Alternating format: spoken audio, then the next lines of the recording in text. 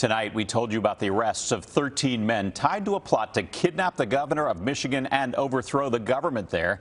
Investigators say the men were members of extremist groups and chatted mostly online.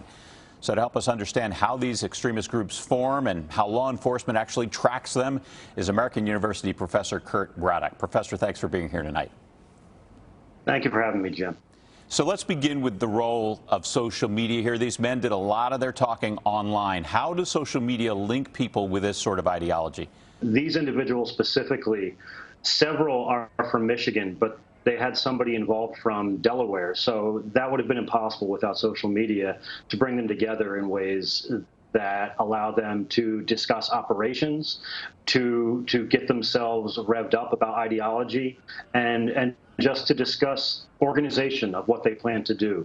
So social media, it not only allows them to organize, but it also provides a platform for these kinds of ideas to spread and proliferate in a way that we haven't seen in the decades beforehand. A senior federal law enforcement official said authorities believe these men don't have a so-called conventional militia mentality. They believe in the Boogaloo Movement. Explain to us the difference there.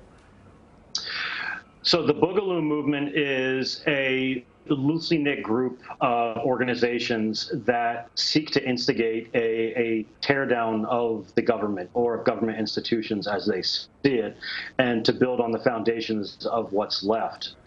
These individuals seem to have thought that the government of Michigan had stepped out of line with respect to its constitutional duty when Governor Whitmer decided to take steps to prevent the spread of COVID.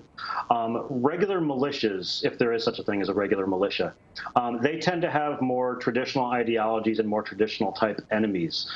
We see, for example, white supremacist militias relatively often. But the Boogaloo, more than other types of militias, they are much more interested in tearing down what exists and instigating a new civil war.